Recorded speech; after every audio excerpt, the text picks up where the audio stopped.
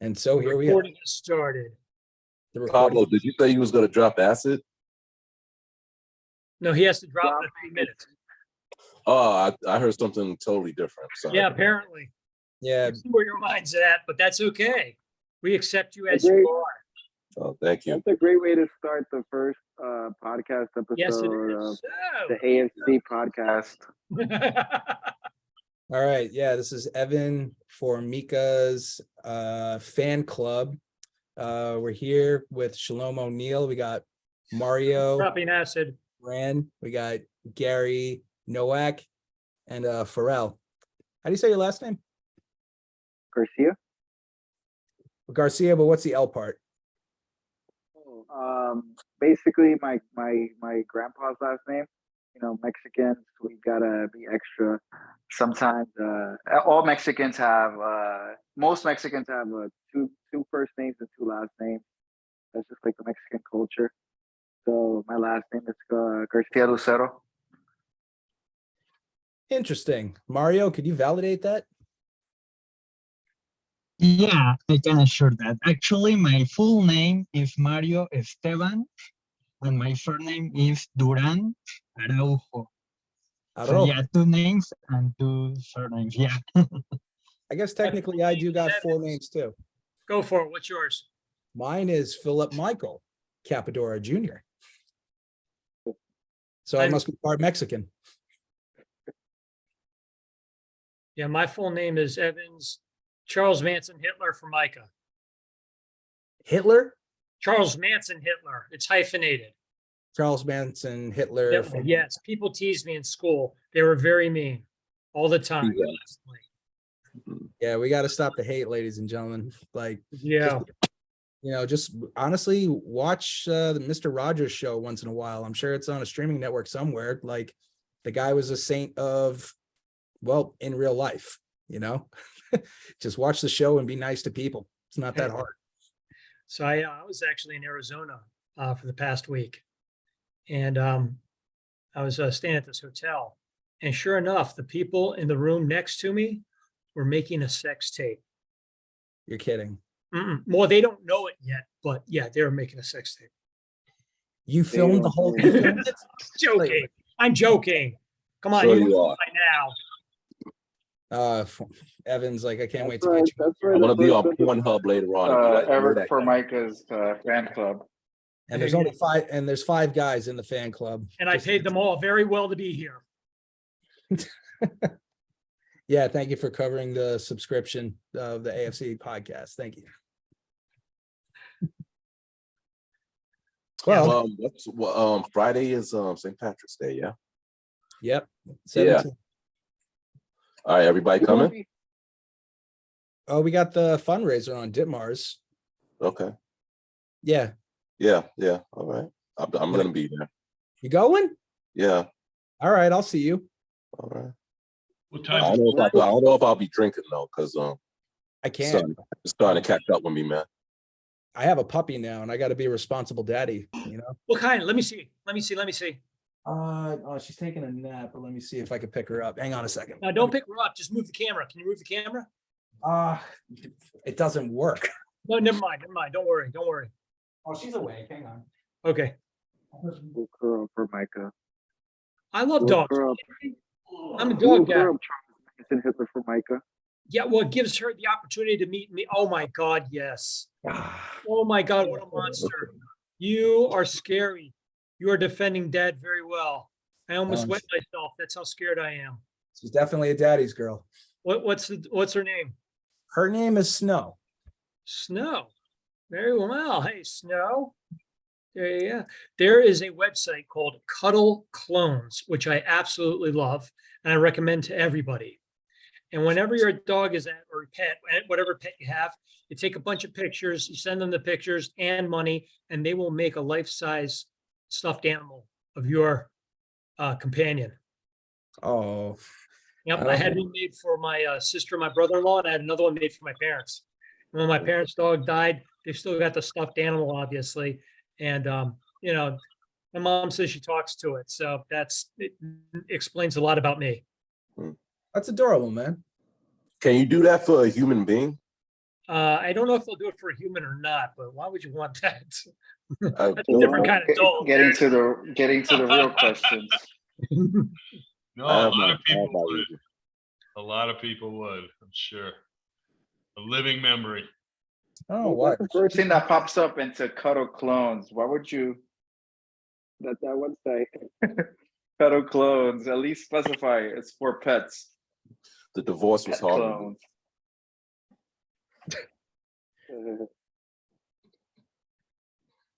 Guys, she I is, watched. Oh, go ahead. I was gonna say something on the topic of clones because I no, binged- I'm just saying the dog is fantastic. That's a great looking puppy.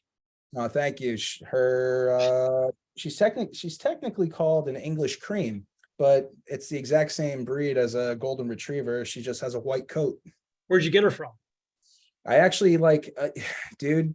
I was at the bar preparing for Leprechaun, and I was hanging out talking to the bartender, and all of a sudden, a couple people came in, and I don't remember exactly how the conversation went, but I've been wanting to adopt a puppy for a while. But they had recently, a few months prior, adopted from a breeder for golden retrievers in Cuddlebackville, and they recommended I try Griffin's Goldens. So I looked them up and I said, hi, I just met the parents of Tanner, also known as Mr. Orange. And they got back to me, and they literally just had a litter 4 weeks prior. And they had 10 puppies up for adoption. And a couple weeks later, I got to meet this little critter right here. And she pretty much was doing this with me the entire time, hanging out. And it was love at first cuddle. Absolutely. So you got her from, so is this like a rescue place or a breeder or what? They're breeders. I've always had rescues, my entire life. But my dog died of cancer a few years ago, and I just I don't know, the timing just wasn't there when I was looking around. I missed an adoption through Walden. Sorry. Because I was in the city. So I missed an opportunity to adopt a puppy from Humane Society in Walden. So I just kind of, said, all right, maybe something else some other time. And then the next day, I think it was basically was the Griffin Golden family. And the next thing you know, I got myself a purebred golden retriever. So And she's a sweetheart too. For me, I already said golden retriever. I Of course, they're sweethearts. They absolutely are. Pet me. I'll show you where the silver is. she's very intelligent.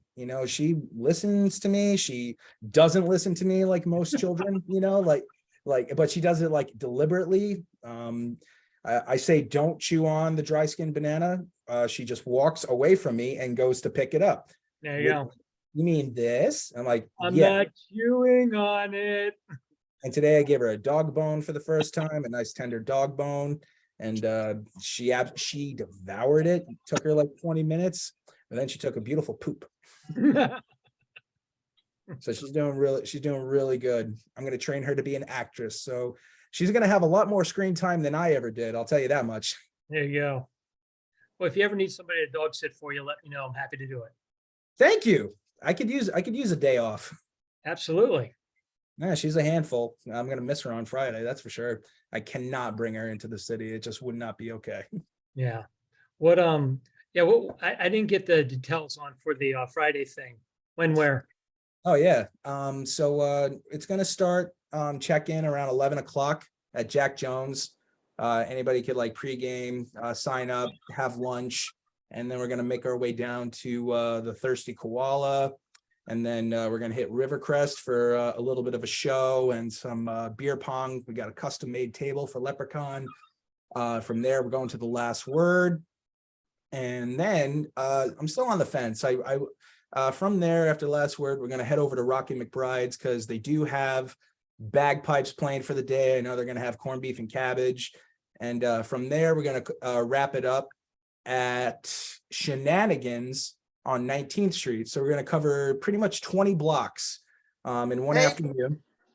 And I feel sorry I'm joining late. That sounds like a great itinerary. How many people have signed up? This is Ella. Hi, in Astoria. But I'm Hello. actually calling you from Denver because I'm visiting my sister. How are you? Hey, hey, doing good. How you doing? Doing very good. I'm excited for Friday. I'm excited about the performers. well, once again, We are also going to have performers at Shenanigans. We have, they want to perform the two that have performed before for at Rocky McBride's. The you're gonna stick around for the afternoon. right, they want to perform at 5, and also Amy, Okay. amazing Amy. Oh, that's- So is 5:15 a good estimate, or a little bit later for Shenanigans? I'd say by 5:30, when everybody kind of has a beer and kind of like gets used to the space and they settle a little bit. We don't have to rush the show. You know, we could like Okay, great. stream And right I was into it. able to speak with Shannon of Shenanigans, and she's going to be providing complimentary for all the Astoria filmmakers, complimentary corned beef and cabbage, and want to know how many to make for. Oh, I have no idea, because as of right now, once again, we have 0 people signed up.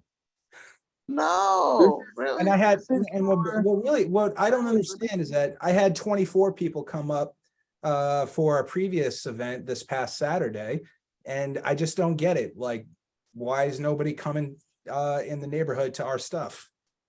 So what do you want to do about Friday?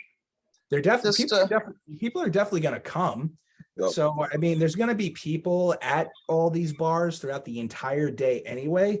So we'll just go with it. And if people just walk in or want to donate, do 50-50 raffles or something like that, we'll keep it simple. So at least we don't have to Okay, so we could just invite the patrons that are already there. Hi, have you heard about Astoria Filmmakers Club? Come play a game, learn more about it. Why not? Let's go. I mean, yeah, like You can have some of the leprechaun cops do that. Like, hey, join us. Yeah, there's nothing wrong with that. I still got some good prizes left over. I could raffle those off at the end of the event. So got a lot of custom stuff made this year. Like I had wine bottle openers, I had buttons, I had beer openers, custom made ones, really nice, like nice little things that you give back out as gifts, you know? Oh yeah, raffle those off. People are out in the mood to have fun. I'll raffle those off. I do want to go, but So- I want to. I also have to work. Obviously, you kind of have that. It's the most holy day of the year, and people actually, you know, don't take the day off. Yeah, but for real, is 5:30 like a good time for me to go be there? Why not? You know, the day's not over. 5:30. Come out and enjoy yourself. Oh, Obviously, the earlier the better, because I'm kind of confused. Like, folks, I gotta might go. be Got able to class come in tonight. All right, break a leg at class, Evans. See you all next week. Yeah. Nice meeting you. See You you too. next Bye-bye. week. All right. my first Nice meeting you. podcast. Nice seeing you. So yeah, It's all going to be on Dip for us? Yeah, we're just gonna go right down the strip. You know, Awesome. keep it real simple. We did it for Halloween. I thought it went pretty well. Like we had a decent amount of people show up. You know, Wow, I love Halloween. Man, I can't wait to do it this year. That's going to be fun. I wanted to do like Oh, some sort of like, I don't know, an Oscars bar crawl, but like a Hollywood, like a Hollywood bar crawl where you dress up as your favorite movie character, and that's the bar crawl, but that would be during the summertime. what's your favorite movie Oh, character, Phil? Oh my God. I don't know. But see, that's the thing though. Do I really want to do my favorite movie, or do I want to have like the most badass costume from a movie? You know, like I could see myself dressed up as the Grinch and doing the bar crawl that way. I think that would be pretty cool. And then I'm on the fence about being like a Jim, like, you know, I love Jim Carrey. I thought maybe just like just having like blue written all over my face and half a suit where I'm like, the pen is blue. The entire bar crawl. That sounds Come fun. on, you know that movie, right? I like the Grinch idea because then you could make snow. I know. I think the Grinch had a dog, right? She could be Max. Yeah, Max. Okay? Yeah, Max. She could totally be Max. Mhm. put the little antlers on her. Wait, Max was a dude. I'm not for this new gender theory stuff, man. She could be Maxine. Oh, There you Maxine. go. There you go. Or I could, or I could It'll be the be, reboot. She's Maxine.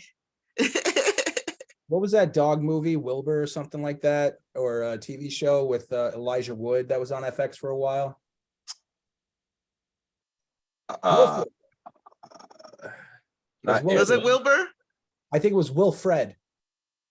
Wilfred. Oh Okay. yeah. He was a grown ass man in the show, right? Yeah. so I know. I could be Wilfred for the bar crawl and just have my best friend Snow with me. The summer bar crawl, the Halloween bar crawl, or I the mean- leprechaun, or the St. Patrick's Day bar crawl. Well, Are we gonna see Leprechaun is for St. Patty's Day. I kind of wanted to do something similar to it, like the reindeer raid, but I didn't want to like take away from SantaCon. But I did want to do something like Christmas in July type of event. But we're not a bar crawl company. I just thought it's a fun way to actually like have people come out, get together, raise money, and have a great time. But I'm getting like I'm officially in like my mid to late 30s. So like I love my 8 hours of sleep and like feeling revived. Oh, I'm more into naps than nightcaps now. no, we can't have the host, the host of Astoria Film Club getting 8 hours of sleep. He needs his That's 8 a big hours. no. And now I got a baby here, as you can see. She needs me like, fully like functional to take good care of her. So like I did since I got her, I pretty much stopped drinking. What are you doing? Just hiding their head. So, I was talking to Rocky the other day. We was talking about you guys ever been to Far Rockaway Beach, 116th Street? No, I don't think I My- have. It looks like California out there. It's crazy. You go out there, it's like you don't even think you're in New York. So I was thinking by the summertime, if anyone want to do a beach day, we could carpool if no one has a car. If anyone's interested. Because I was just thinking like, what would be fun. I actually had the idea when I was rewriting the scene. And it just, I don't know, it sounds so fucking fun. They was on the beach on jet skis and whatnot. And I was thinking, you know what, I think everybody would enjoy that. Let me put it out there. So if anyone's interested, I'm putting it out now. So, if you want to do it, we could get ready by the summertime. And yeah, I love the beach. So in case anybody want to do that, we got a car and we could give you a ride. That That'd be sounds cool. Hi, I'm Ella. I came in here late, so I don't know your name. So I No, didn't I see. saw it. How you doing? Yeah. That What's your sounds name? kind of good. That sounds really personal. Shannon? Now that I say it. No, Shalom? Shalom. Shalom, yeah. Shalom. Really personally, now that I say it out loud, because everybody's gonna be in bathing suits. But it's the beach, man. Oh no, Yeah. hey, this is like I was thinking because it's Astoria Filmmakers Club. What about doing like short little videos of things to see and do? It doesn't have to be like really long, like 60 seconds. Hey, we're at Rockaway Beach. Astoria Filmmakers Club brings the beach to you. Hey, like a little clip things, like you see on TikTok, like you see on Instagram. We could That be sounds just good. pumping that out content, Yeah. Nothing wrong with that. We have a TikTok, be- most of it's full of the trailers from the Triborough, but But we could do Oh, like yeah. excursions, like AFC. Here's Phil Capadora leading the pub crawl. Here's Shalom hosting the Astoria Beach, not the Rockaway Beach Day. King of the volleyball team. I have to go, but real quick, And- for the bar crawl on Friday, the fundraiser, around what time? it begins at 11. And I mean, these things aren't going to stop until they stop. So it's the last- 11 to last like row. 5:30, Well, 11 to 6. 6 o'clock. I mean, we're pretty much not going to have a show anymore. Like if we have people come in, I'll give out the prizes, who won first place, etc. Do the spiel, sit down, relax, have a pint. But yeah, like if we're there until like 8 o'clock at night on a Friday, because I'm not driving in the gridlock until that bridge is clear. So I'll wait until traffic is gone. So like at least until 9.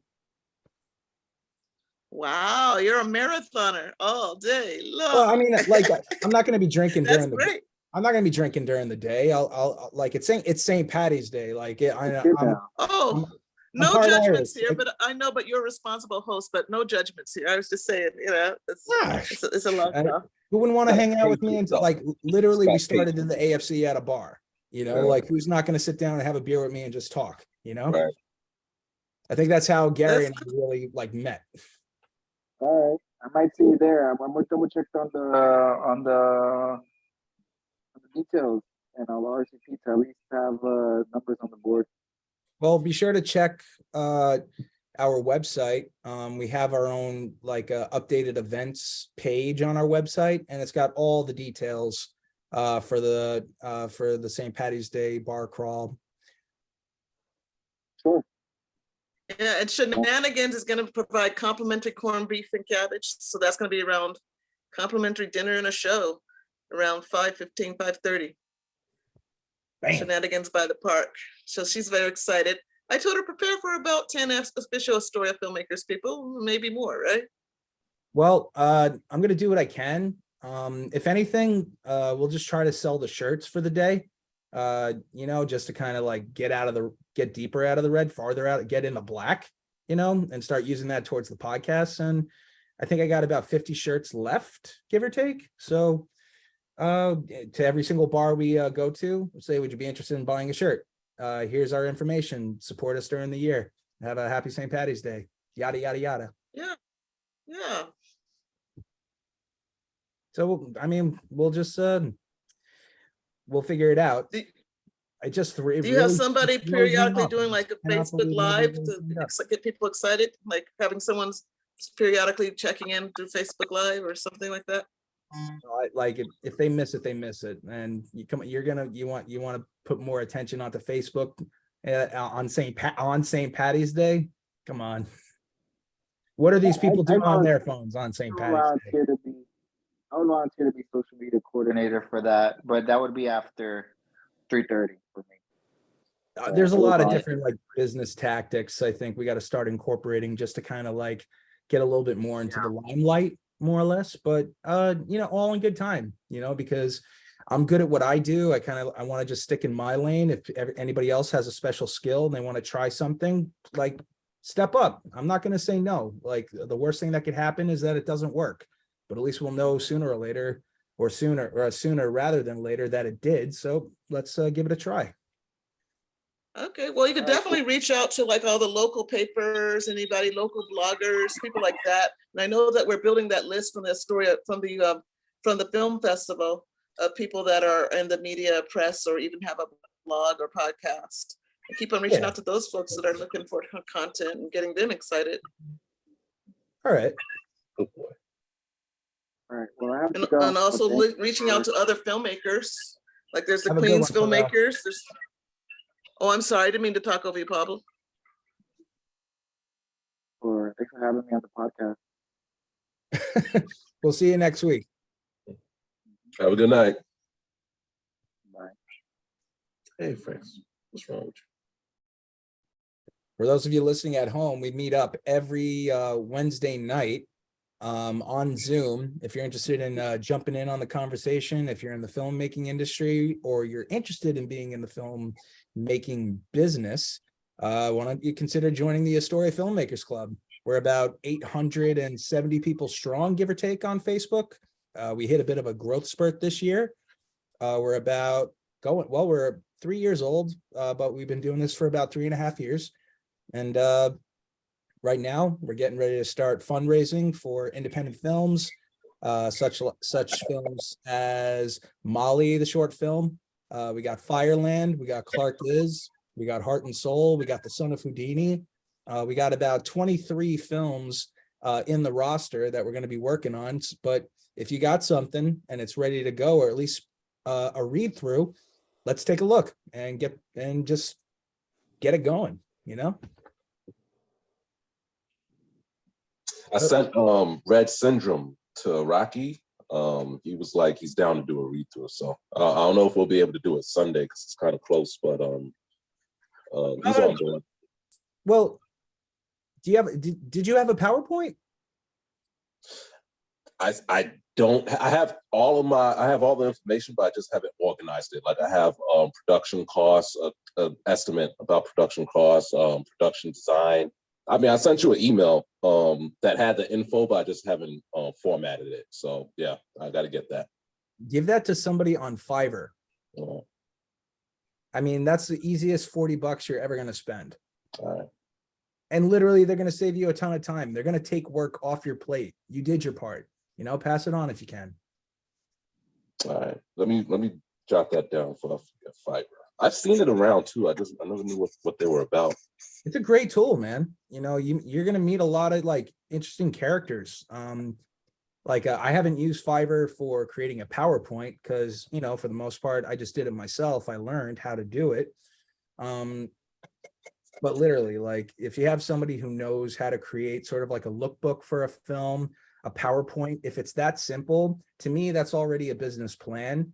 It's not really traditional in a sense, but regardless, I know exactly what's in your imagination. And that's all I need to know as sort of as an EP.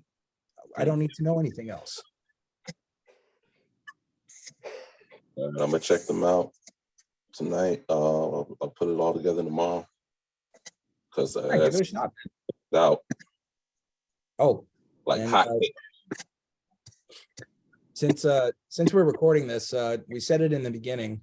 If you go to astoryofilmmakers.org, on the homepage, you're going to see a button called Lemonade. When life gives you lemons, make lemonade. And that's what most of us are trying to do because Gary said it best. We all have a screenplay. Everybody has a story to tell.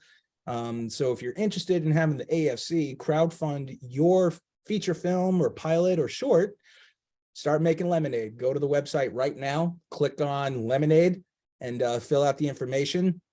We'll set up a one-on-one conversation where it's just you and me.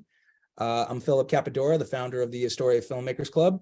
And I'm just basically gonna get the general introduction and more or less a pitch of what your story is about. And we're just gonna have a conversation just like this.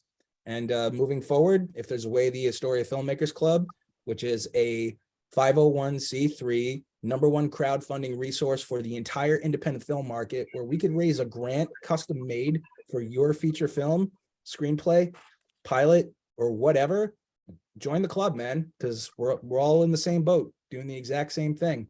So don't hesitate. Start making lemonade. Anybody else have something to add? Oh, Do it. What was that, Ella? Go ahead. let's do it, he said. You must do it. I know early on in the club, you had like guest speakers come and do seminars and do workshops, and you're reviving that, I believe, where someone comes in and gives their expertise and knowledge. And because I know that early on you had some people come and do seminars and speaking about, like, for instance, having someone talking about how to put together a pitch deck and tools of the trade. And I know early on you had a couple of people that came in that would dial in or zoom in from California or wherever they were at, and they would do a seminar for us. It's been a minute, but now that the pandemic has lightened up, I'm sure there's a lot of people out there probably listening to this one right now where they want to get more involved. And yeah, we're gonna start getting back to basics, expanding in directions where literally the reason why everybody became a filmmaker, actor, artist in any way, shape, or form, and just add the tools for them to advance them in their career. Because, you know, like when one person advances, then everybody advances as well. You know what I mean? I totally believe that. And I think that, Phil, it's wonderful that you provide this opportunity. I've been actually speaking with an Astoria author, Cheryl Fish, who has this book called Off the Yoga Mat. It's set during the Y2K scare. And it's so rich in history, like that time period, and also it's about Astoria. And she wants to like change it. She's very successful with the book and wants to like, how do she translate that book into a screenplay? I was like, whoa, hey, come to Astoria Filmmakers Club. We could even do a seminar or even like a piece on that about how to transform this book into a screenplay and pointers on that. I guess basically you just need the #1 fan of that book involved, and then the next thing you know, somebody who actually literally knows how to make movies, put those two in a room, I think they'll be ready in a couple hours.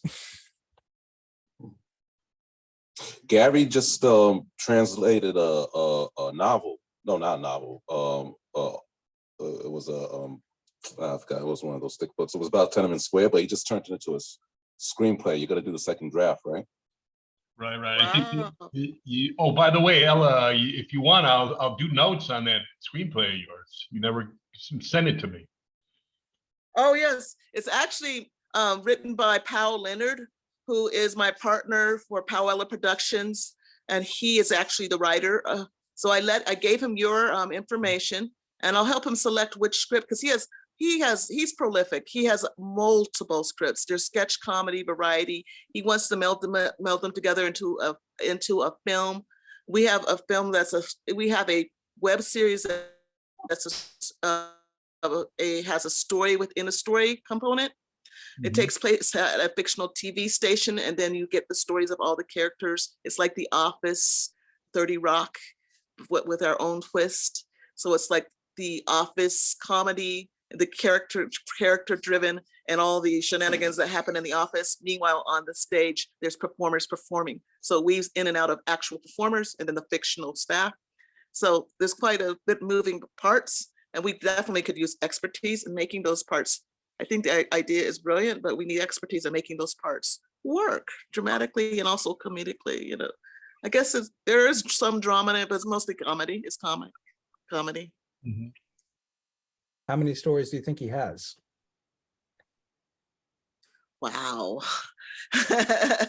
That's the challenge, narrowing down which ones to choose. He has so much. He's been doing this for over a 10-year span, more than that.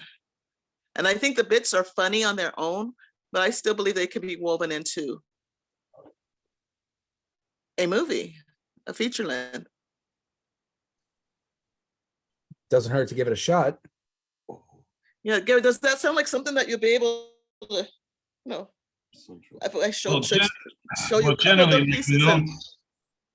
You see, notes are it's like a finished piece, and it's Yeah, hard to be objective. It's hard to be objective with your own work. So you give it to a disinterested third party, and they'll review it in terms of does it hit the plot points? Is there a theme? Is there an opening image? Do you use the conventional methods of foreshadowing and superior position? And is it a good story? Is it compelling? Does it leave the reader feeling a certain kind of emotion, as most art does? And then you criticize it. I mean, there's always something good, but there's always something that every writer needs to hear because he can't see it because he's lost in his own words. And a third party can look at it from a different view, oblique or bird's eye or underneath, and get a different take of how maybe it could be better. And when you get notes back, it doesn't mean everything has to be changed. What you do, you take it with a grain of salt. You say, I don't really agree with that criticism, but that one I like, because I think if I empower that in the screenplay, it'll come out better. So it's really part of the metamorphosis, because screenplays aren't written; they're just rewritten and rewritten and rewritten, because they're very difficult to pin the story on just one or two drafts, because as a writer, everyone here is a writer to some extent, whether they do screenplays or plays or poetry, that the longer you write something, it's kind of then when you discover what it's about. It's a paradox. Like, you have an idea for a story and you write it through, but then on a second or third draft, you go, whoa, that's a whole lot more interesting. I'm going to develop that part because now the story is starting to congeal more. So I like writing notes because it instills me a little bit of discipline, what to look for in a screenplay. And then I also embody that in what I do. It's just part of my love of that particular kind of craft. And what I have learned recently, though, I read a lot of them from the Blacklist and things.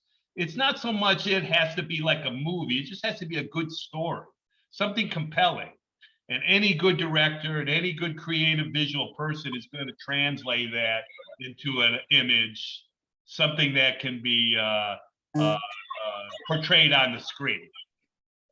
In many respects, that's the easy part. The hard part is the story.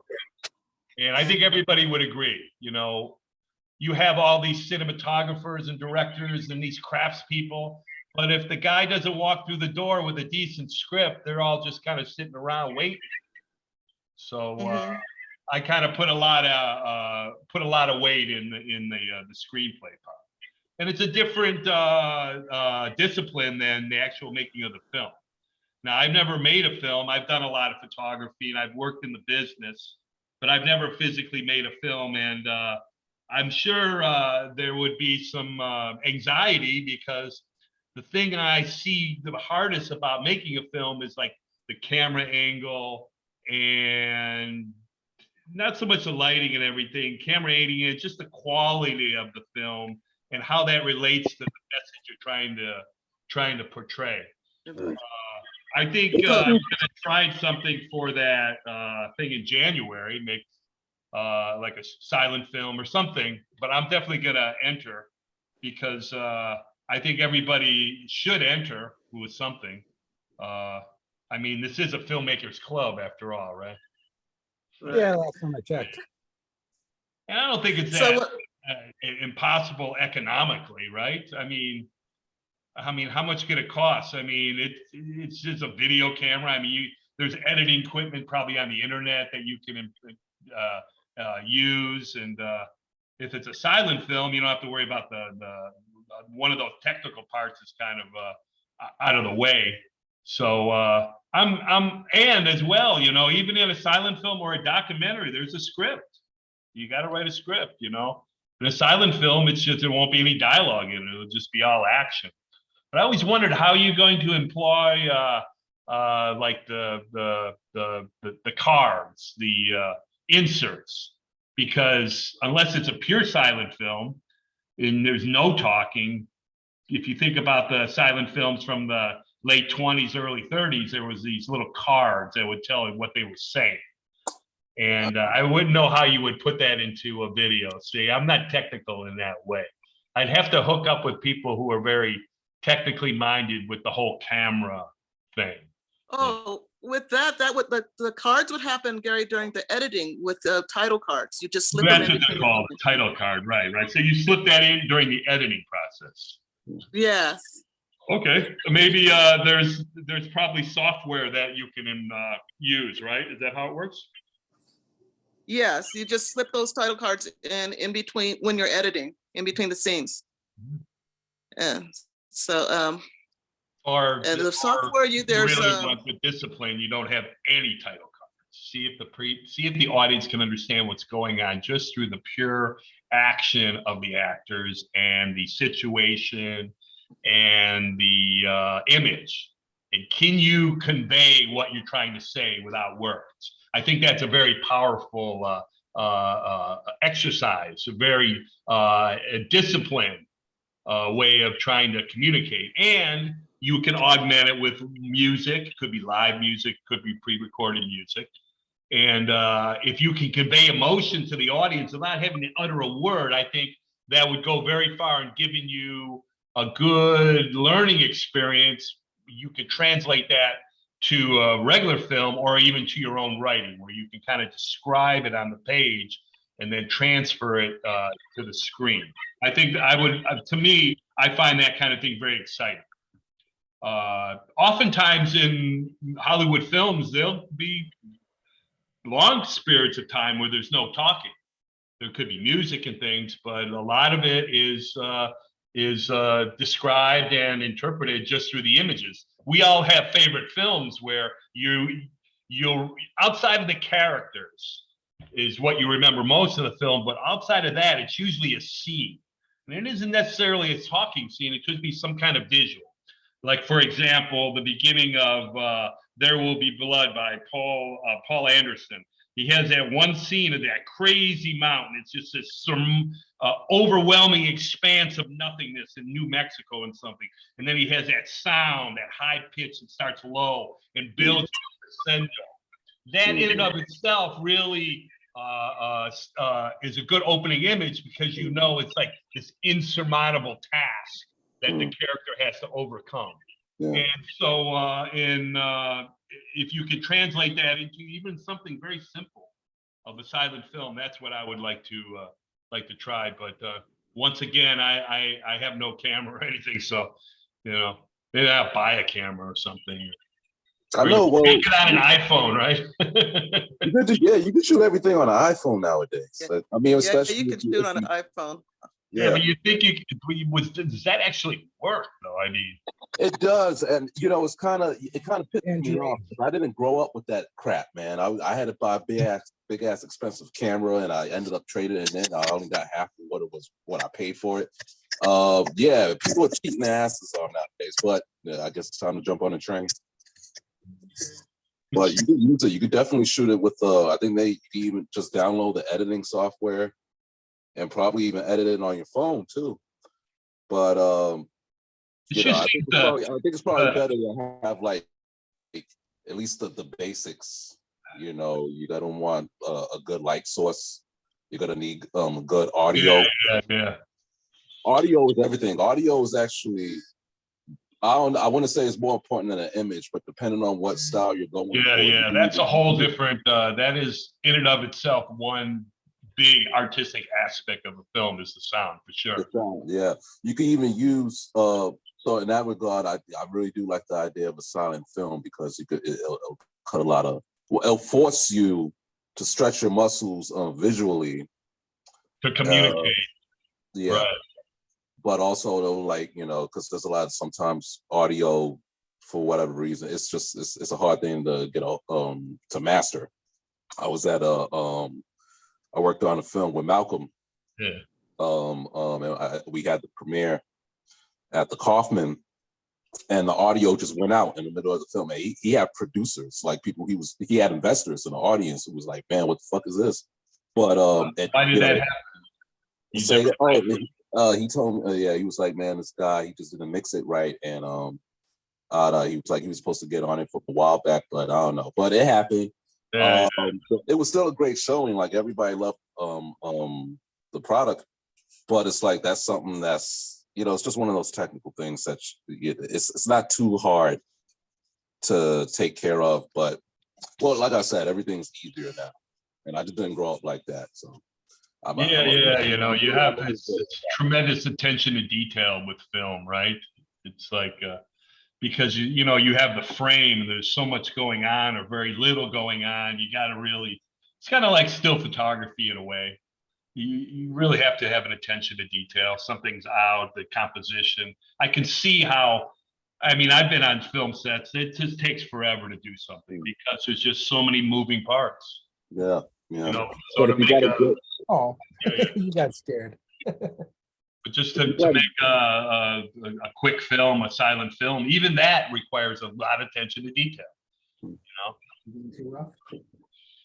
Almost like it'd be better if you could just get one location and just make a film around that one location. That way you're there all day, you shoot it, everything's there already. Like write the narrative for the scene, right? Yeah. Invent the narrative for the location. And then write around it. Yeah, right. Yeah, that should be cost effective too. Yeah. You know what? I have a friend of mine. Well, it's a client of mine. He has a strip tease bar in Maspeth, and it's been vacant forever. He can't rent it. And I was gonna give him a call today, but tomorrow I was gonna call him and just see how much he would rent that for. Because the location could be anything for a horror film or some kind of a derivative of a gangster, or it's a very seedy kind of place. Wouldn't really have to like prop it or anything. It could look really cool. Probably has lights in the ceiling too that you could turn back on and then augment with other lights and just make up some scenario. And visually it'd be interesting, and with this festival, I think in order to win a prize, you have to kind of step out of the norm. you gotta like assault people with some kind of crazy image. So it'd be fun to write a narrative about that. Think about it. I mean, just off the top of your head, I had this one idea where it's like a gangster, all right, and that's his hideout, and he's got someone he's kidnapped, tied up to the dancer's pole, you know, the pole that the women do that crazy stuff on. He's all tied up, you know, bound to it. But right away in the first scene, we don't see it. The first scene is just the girls doing their dancing. They're doing their dancing. He's the only one in the audience. And then the girls move away, and then you see him tied to this pole. Be a very cool opening image. What do you? People are looking at me like, "What are you fucking nuts, man?" Why they gonna rape him? No. He's holding him hostage because he's shaking the guy down or something. Oh, Or you mean like a madman has taken control and forcing people to perform for him? No. For some reason, he just has him tied up into this particular like strip bar because that's his like hideout or something. And he has the girls there because maybe they work for him, or it's maybe that's part of his cover or something. So it sounds like this guy's got to be in the private room then. Because I don't think I would throw money at a guy tied up. Well, I was about to ask, are there patrons there? No, he's all alone. Oh, okay. So It's a private show. It's a private show, right? No, I mean, private show. I mean, he's holding them hostage, or. Oh no, but that's where the girls would be dancing. The girls aren't there either. Well, for kicks, I mean, because the audience would think, well, this is just like a regular club, and these girls are working there. But then, as they move out of the frame, you see that the guy is tied up to this particular dancing pole, and the dancing pole is used. It's ironic, right? I mean, no one would even think to use that as a way to tie your hostage to that you're holding for ransom or something. And then the narrative could spiral down from there. Then we could slowly start opening up to why there and why he's there and what this place is. That sounds like I'm sorry. Are the girls really there, or this guy like crazy and he's having his fantasy? No fantasies. They're really there. They might work for him, or they're part of this group. Okay. It's kind you of could totally do something about a madman like that. Like something's wrong with him. He's a sadist. He has mixing pleasure and enjoyment together, pain and pleasure together. Yeah, right. So it says a He's lot about the character. automatically a very interesting character, and you're wondering how off is he? How crazy is he? And then but now you start thinking, because it would be very simple to do the sound. It would be like a voiceover of a particular song play, right? So they're doing this dance to their song, and we don't see that this particular criminal is tied up to that stripping pole, you know, just yet. So they're both dancing this particular song, and the song could be like something ironic, like let me see. Nowhere to run to, babe. I don't know. Sure. Nowhere to hide. There you go. Oh yeah, it could be like a Motown. Nowhere to run. The Warriors. Or something that would do a reverberate toward this guy being like held hostage, but tongue in cheek. Isn't there like a hostage song, some kind of song about hold you hostage, or fugitive, or like something like that, where it's like tongue in cheek, and then the girls move away, and this guy really is tied up. You know, he is a hostage. Well, maybe the scenario is he has him tied up because he is messing with his girl. Maybe they caught him fooling around, so something like that. Yeah. And proof of concept, like you could have this one scene that could go on maybe, you know, like a 5-minute scene, and that would really set the stage for a bigger film. It really could, because this could be like the tip of the iceberg. Like, what else is this guy involved? I mean, if he's doing that to this guy, then he must be into some really shady shit. Or he's he's like a very, very, very shady criminal. Definitely. Yeah. Did you see that show You? It's called You. It's completely different scenario, but this guy has a bookstore and a place where there's rare books stored, and he's off his rocker. He's holding hostage someone in the rare books room, over a period of weeks. You've seen that? Yeah. And he kidnaps the girl's boyfriend, holds him hostage in that rare book room, and then proceeds to romance the girl through her grief over the loss of her boyfriend, or then her missing boyfriend, and she starts falling for him. Like someone that's so twisted like that, where he has one person hostage for, I don't know, weeks, trapped in the rare book room, and then out in the world romancing the guy's woman. So, you know, like this kind of twisted character. It's not happening in the same place. It's separate. It's the bookstore. The bookstore is where he has the guy tied up, the guy But he's held hostage. romancing the girl rare book room. outside of the bookstore. Mhm. Yeah. Hey, I'm sorry, cut it But short. she also comes in regularly to buy books upstairs. She doesn't know all the while that her boyfriend is hostage for weeks on end downstairs. Reminds me of that scene from that Raymond Chandler, The Big Sleep, where Bogart goes to the used bookstore and he seduces that woman. It's raining, and he says she puts down the drapes, and she takes off her glasses, lets down her hair, and he goes, "Aha!" You know, and then that's the end of the scene. I mean, I don't know if you ever saw Big Sleep, yeah. But I'm a big Raymond Chandler. Sorry. All right, yeah, take care. Yeah, I'll see you Friday. Yeah, Friday around 6. I'm gonna show up around 6. Yeah. See you then. Yeah. Bye, shalom. Shalom, shalom. Hello. Shalom See you can write Friday. pretty hardcore violence, man. I read He can write some hard. He's crazy with stuff he writes, man. I read his His stuff is. I mean, there's definitely an audience for that. I think so. I think modern audience really likes that kind of stuff. If you build it, they will come. I Yeah. like the setting that you were talking about, Gary, of the strip club, because already that you're looking at the seedier side of life. It makes me think of, what was that? Was it the guy in Las Vegas? What was it? Oh, leaving Las Vegas. Hunter S. Thompson kind of narrative. Yeah. That's like a drug infused. Yeah. That's drug infused. Yeah. Really, what I was just trying to get at is if you can find a location that's interesting, it kind of it kind of begs the question whether it would be very easy to come up with a narrative. So, especially for like a short film or like this competition that's coming up, you just get a cool location. That's enough to catch the audience's attention because it's so off the wall.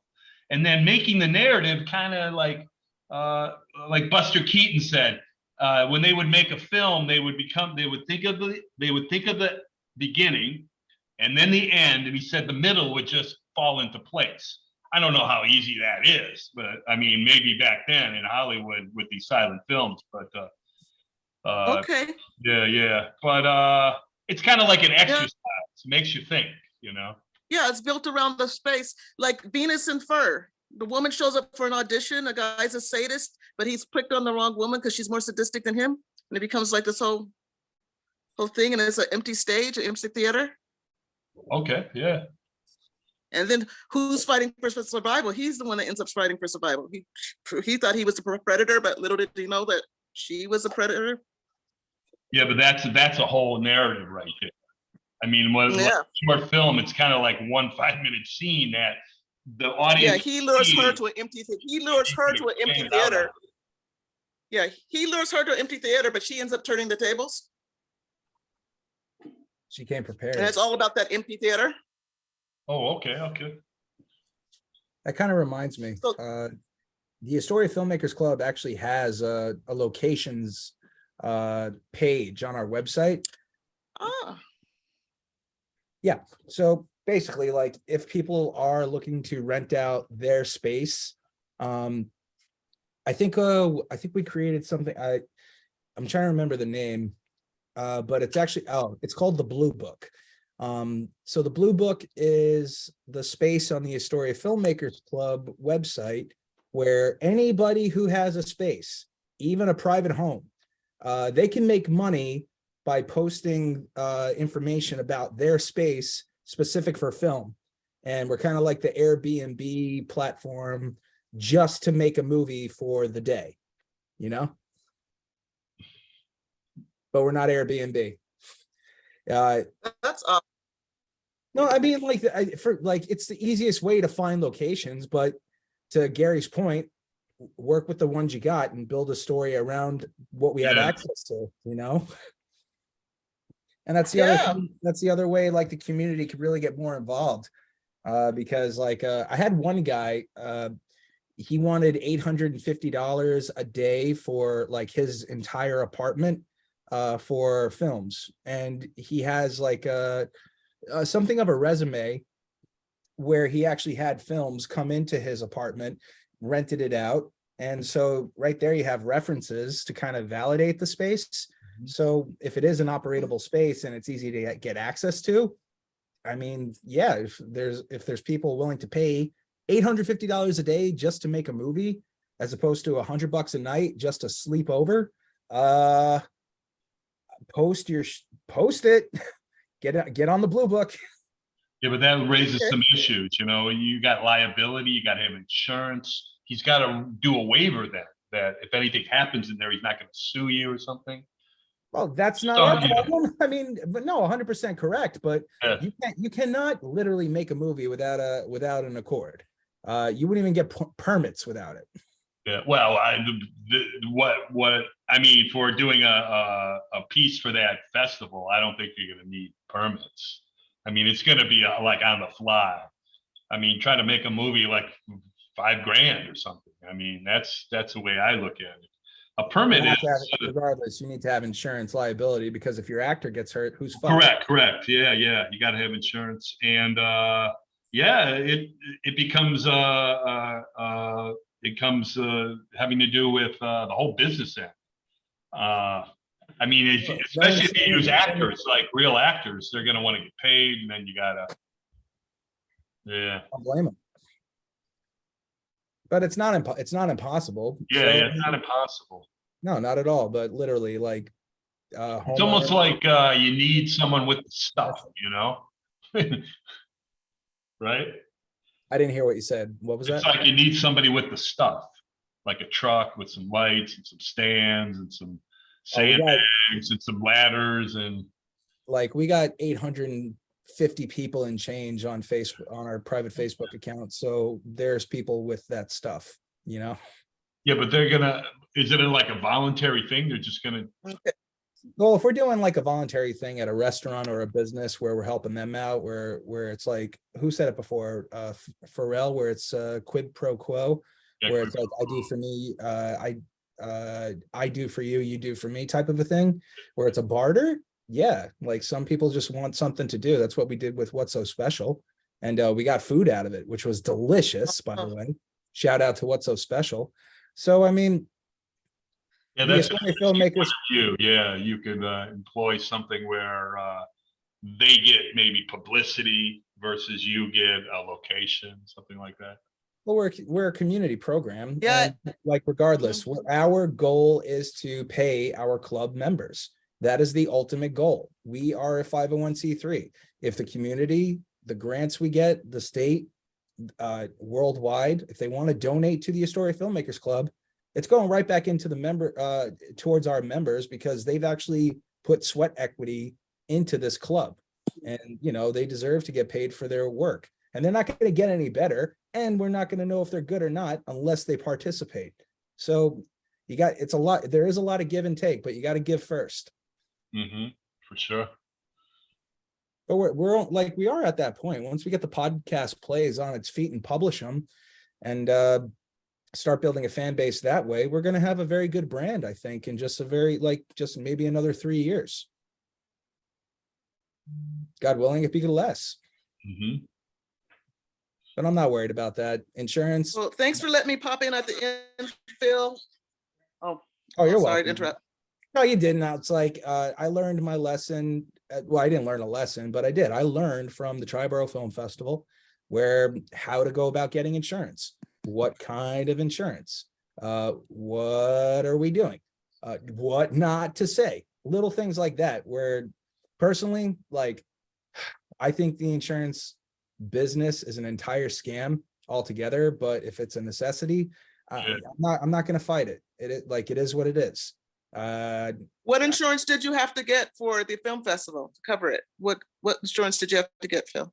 Who did you go through? No, it was like a general liability. Liability.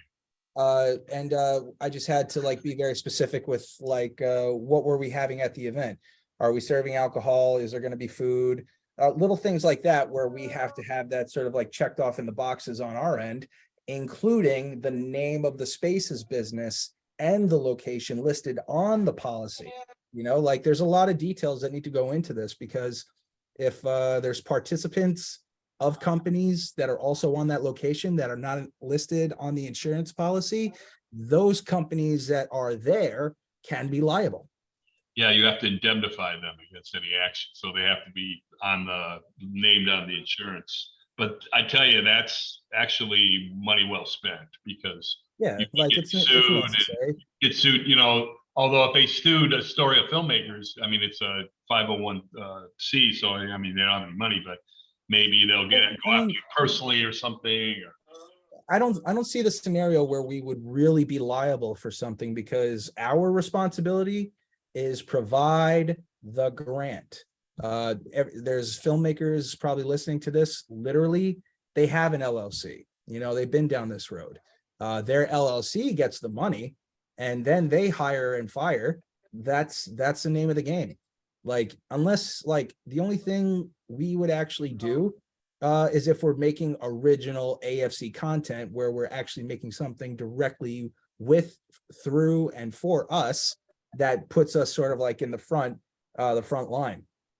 Then we're providing basically an in-house grant for ourselves, or I don't know, making a marketing video, or there's a fire at our clubhouse or something like that, things like that. But you need insurance, you know, just literally to defer liability, I guess you could say, or just like prevent liability.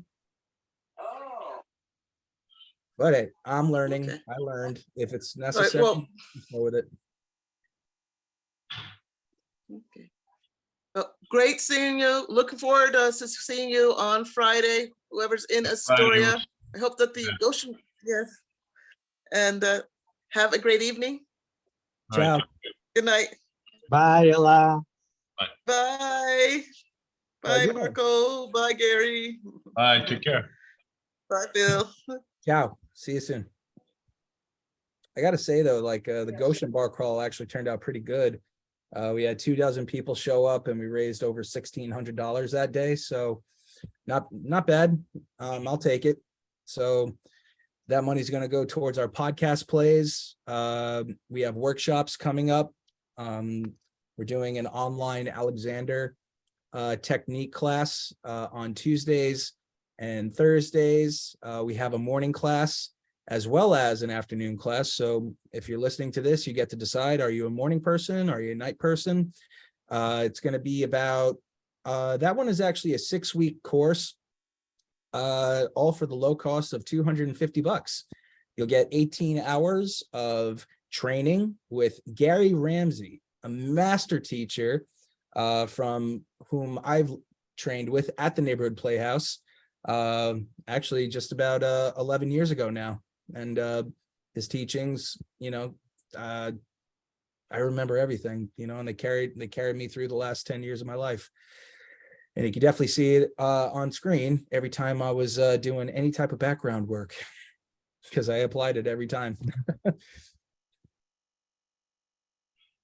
So he's an acting coach. Voice and speech, more voice. Alexander technique is, I like to describe it sort of like as an accordion. You know, you can't really make sound or, you know, or literally be, I guess, the optimum version of your instrument unless you're actually totally in tune with your body as well.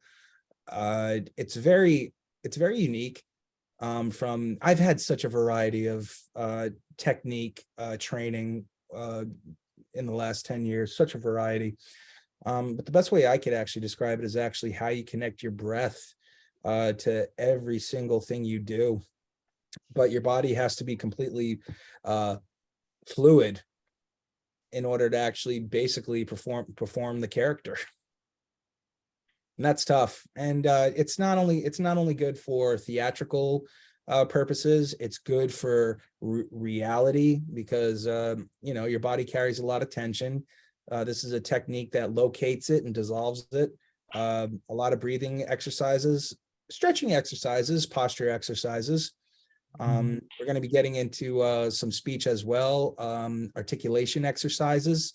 And now, you know, like I kind of drool like a dog when I talk, you know, like you know, but I don't know, that's just me, and that's probably TMI. But I do notice like I have a lot of tension in the back of my throat when I talk.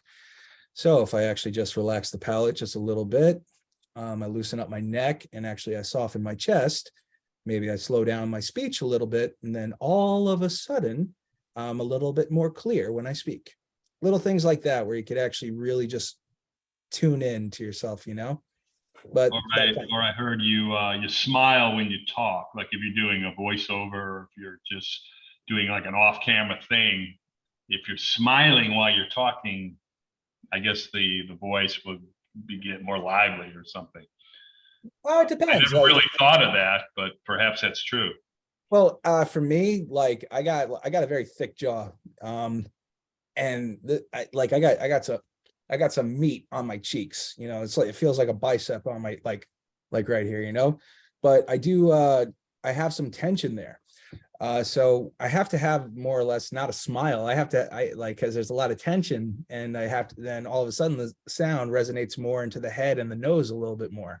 So it sounds like a little bit more of a comedic character, but it's actually because of my articulators are forcing air to move into a different part of my palate, I guess into the back a little bit more through my nostrils, which does create a character in itself. But you got to sort of be conscious of that, you know, because once there's tension, it could almost take you out of character. That's when you're actually out of character, when there's tension.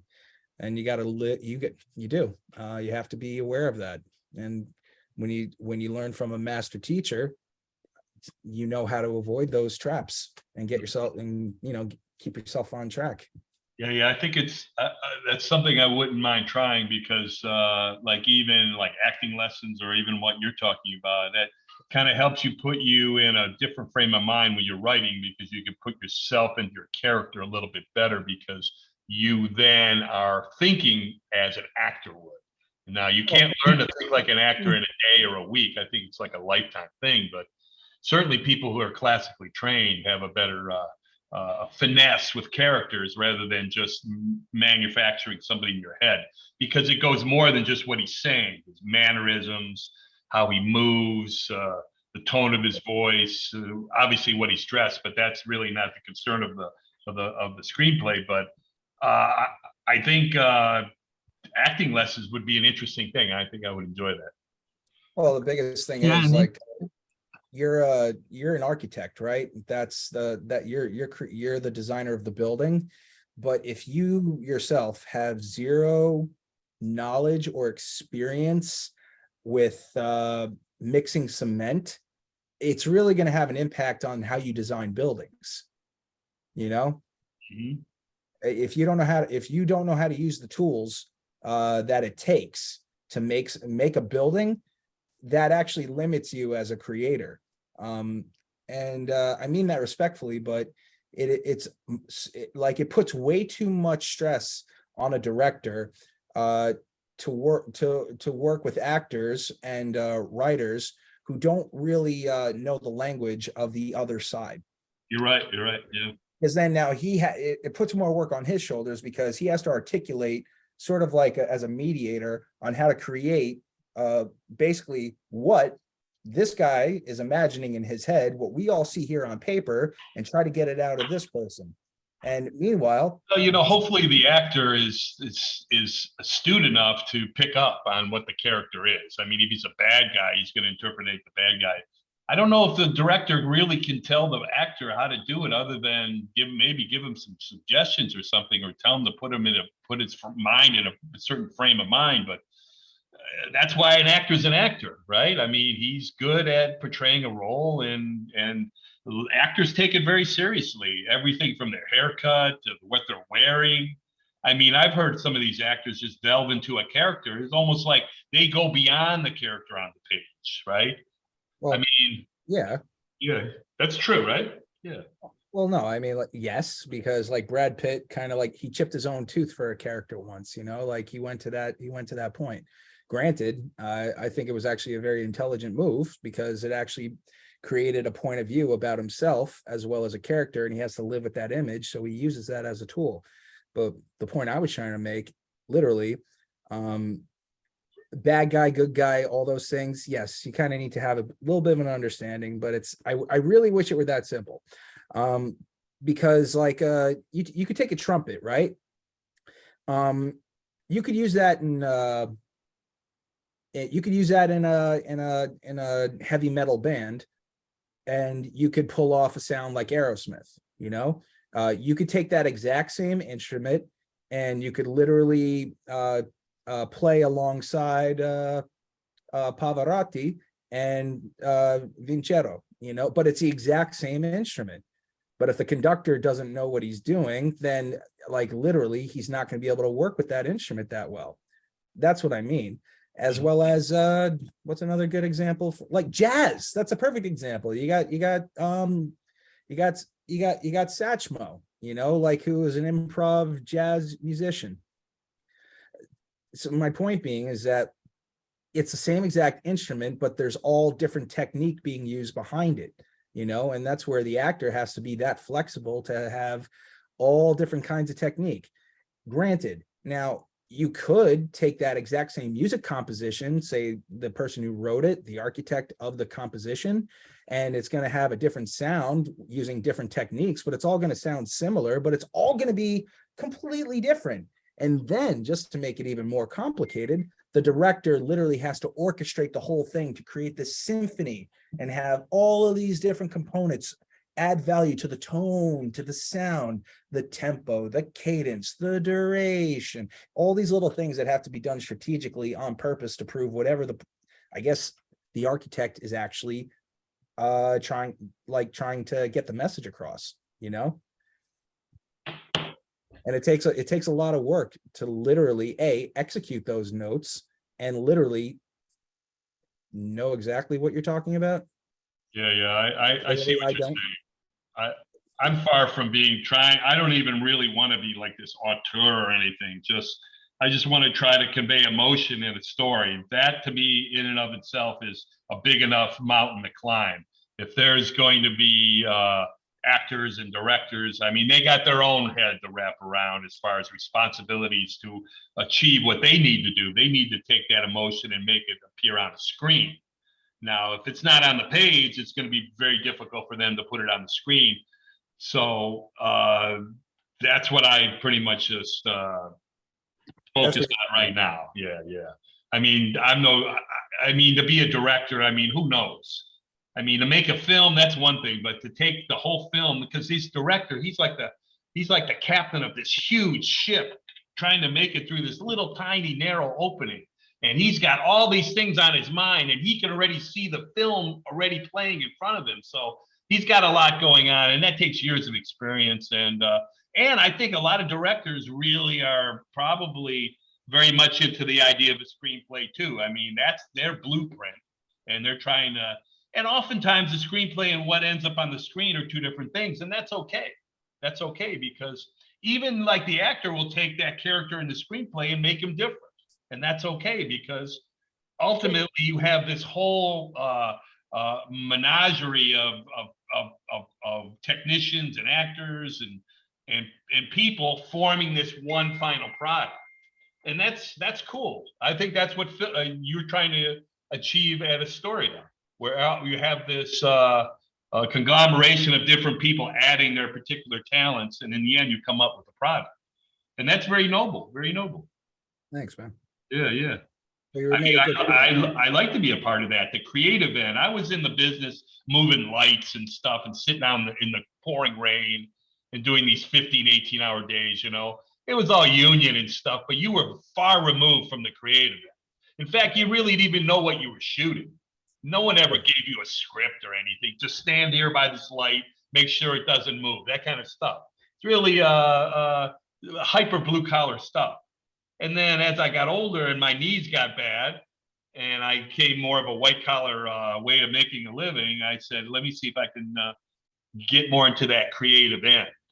It would be great to be on a set and just watch a director work. Like just watch a director work, see how he handles this, how he, if you can watch that enough, then you can kind of get an idea of how that process works. But to walk on a set and say, okay, let's make a movie that's $100 million budget, man, that takes some fucking balls, right? And those guys started out either writing screenplays or directing summer stock. You just don't walk into that. You have to have a lot of things to fall back on in your experience, because you might find a problem and you got to solve it right there, because time is money on those sets. I can imagine you have these huge budgets. That's what I meant before. Like, are you making jazz? Are you making heavy metal? Is it a classical orchestra? Like what's your vision? What do you want? Because once you write things down, it's in everybody's different imagination on doing it this way. No, we gotta do it this way. But that's what I mean, though. You could literally take the exact same thing, but have it interpreted dozens of different ways, But you really need that trifecta of that like synergy of movement with these three different components to create sort of a pattern, which we call a film, And so your focus is acting then? No, not necessarily. Like that's my training. That's me. That's what I know. That's what I know very well. Just like I was a business major. I've been going to church my whole life. I know what I'd like to see the Astoria Filmmakers Club to become. And basically, my vision for the AFC is to be the exact tool I needed the day before I started acting school, So that way, by the time you graduate or wherever you are, especially if you're a part or affiliated with this club, you're probably either working or you're an educator at that point, like you just, it's almost like that movie Accepted, where the students are the teachers. Like we're forever students. Like you're never going to know everything. Yeah, right. That's true. You know what I mean? But we are going to have that, element, because it's more ministry than it is industry. We're the alternative. We're not Hollywood. We're the AFC, Yeah. But I really like what you said before about the actor, on how he could really interpret what's going on in a script that maybe the writer and director did not see. Right. Well, no, that's the whole point. Yeah, that's why these guys get the big bucks, because they come to the set and they say, hey, to the director, let's try this. I was going to give you an example of a guy that never worked again because he was 100% right, and I'm really disappointed about this, but this is a fact.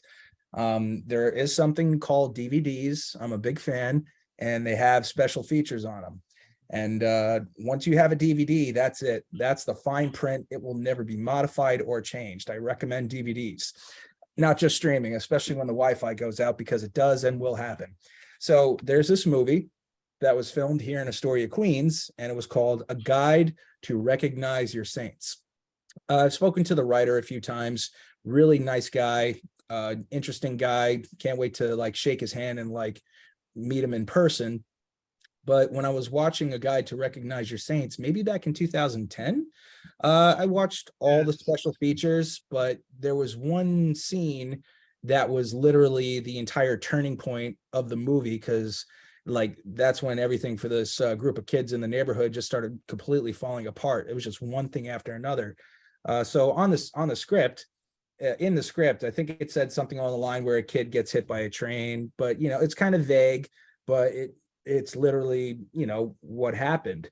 But when in the special features, when they're actually walking us through the scene, Dito, the writer of the book that got converted into a movie, I think he was actually commenting about what the actor and him were talking about when they were actually filming, because he didn't just get hit by a train.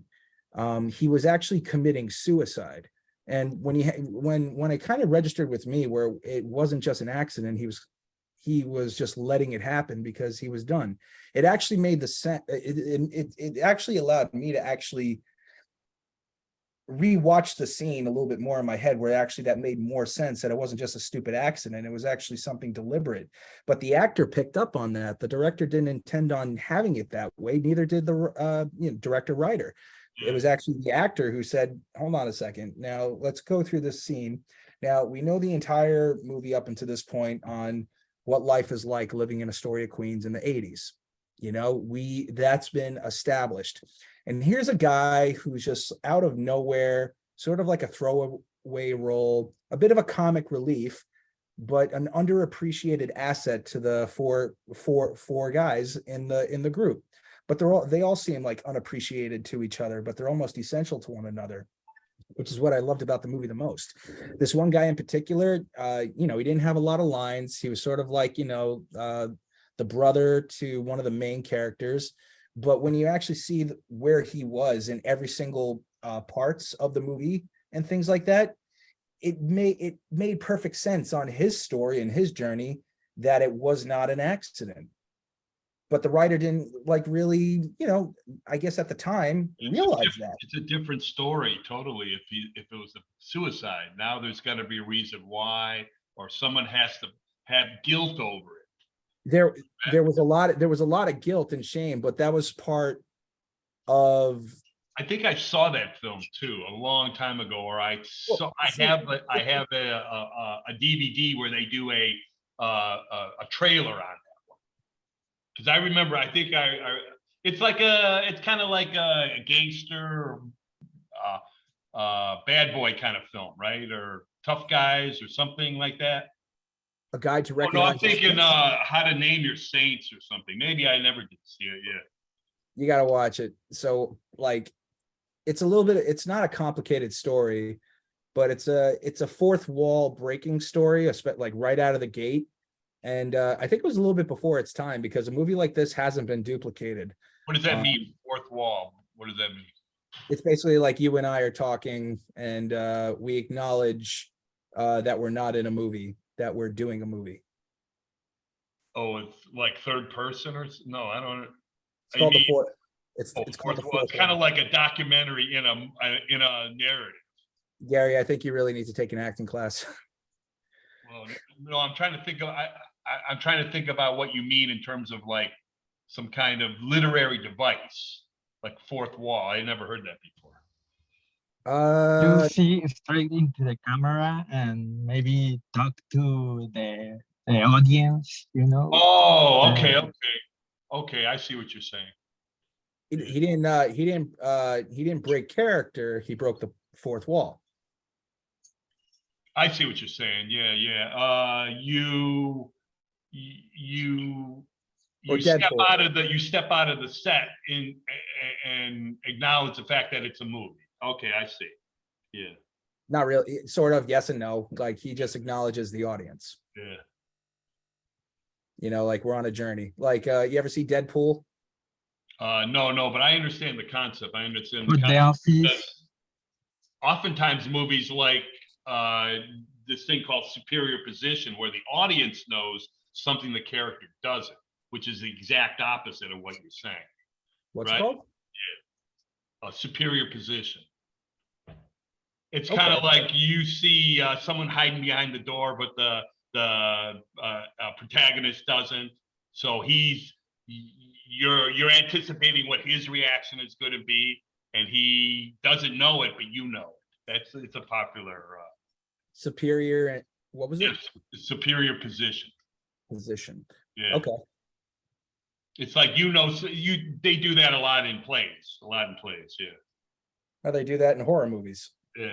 Correct. Yeah. But like I was saying, like it was a bit of a movie within a movie. I see. So they would stop every now and then, and he would talk about what's going to happen next, or why it happened, or how he feels about it. And then he would return back to the movie. Well, I think the way I want to describe it is that we know that it was a book, right? And it seemed like the characters in the movie were acknowledging the audience and taking a moment to describe, not with a spoiler, but like a sentence that seems almost like an opinion about themselves at one point to the audience. And that was literally mostly just the kids, like, you know, like the core cast, for the most part. Not all of them did it, but the way it was done was actually very tasteful, because it wasn't overwhelming. It was just sort of a taste that they acknowledge they are who they are as characters. You know, it was never the actor like breaking character, not once. But it wasn't voiceover. He's No, actually no, talking to the screen. I mean, to the audience. it was actually like, it's hard to explain. This is where I got to have Dito and I just do a Yeah. deep dive, honestly, because I love the idea of that, because it was very tasteful. You know, it was not like a description or being spoon fed or anything like that. You have to watch the movie to kind of understand what I'm I've talking seen, about. I can't recall, but I've seen movies that in play that That I would like to know what other movies have, because I think like that was the first of its kind that I've seen that these guys do, outside of like, I don't know, that Real Estate, The Big Short, I think it was, that did something similar to that. But it was nowhere near as well done as A Guide to Recognize Your Saints, because these guys stayed in character as characters and did a point of view about themselves that we all kind of know, but we don't agree with at all, because we recognize them as human beings. But they had such like a real like we had, like, for me, I just had nothing but empathy for these guys, because I understand exactly why they are the way they are.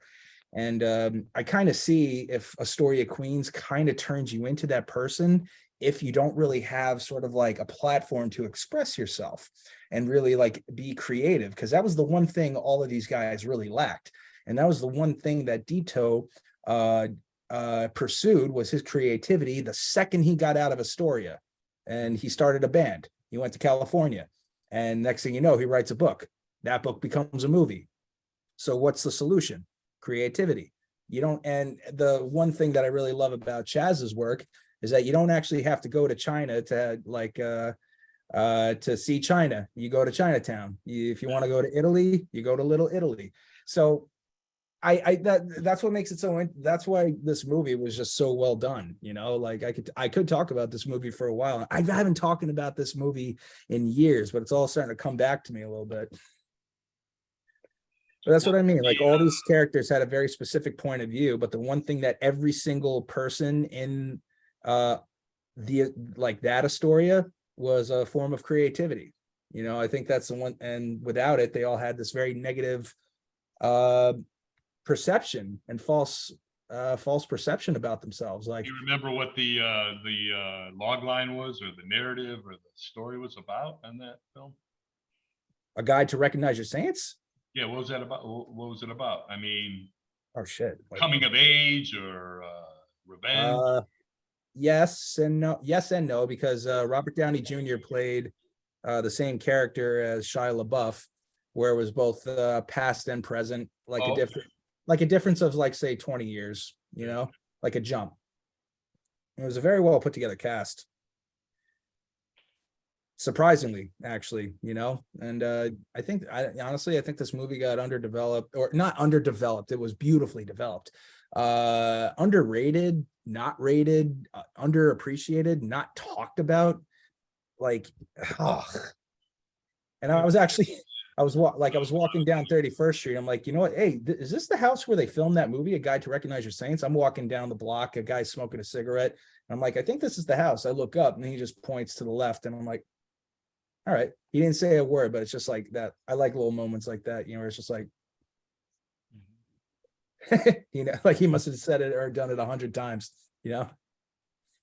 It was really cool, because the neighborhood, even when they filmed back in 2005, 6, or 7, whenever they were filming it, like the neighborhood changed really quickly in a story, you know. It was a big jump. Yeah, gentrified. Well, I'd say it's gentrified now. I think like coming of age, not really. Discovery, flashback, biopic. Jesus Christ. No, this movie kind of just doesn't have, it's not, Jesus, I don't know. There's probably a word for it, but I don't know. It's non-specific. Well, it's got to be specific. It was a big budget film. Yeah. I'll look it up right now. Middle and end. It's got to have a journey. Hold on. It probably didn't have that. Like, if you had to guess, what do you think the budget was? I'm gonna look it up. 3 million, 7 million, right? Oh, that sounds like a fair number.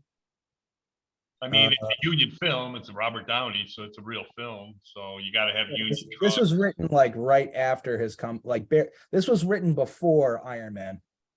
Before Iron, yeah, right. So he must have been LaBeouf would have been him as a young man, Yes. and he played the older character.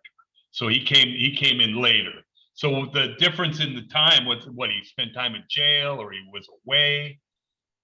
Why is that? Why is there a space between in the film? Where did he go during that space? Right. Yeah. So.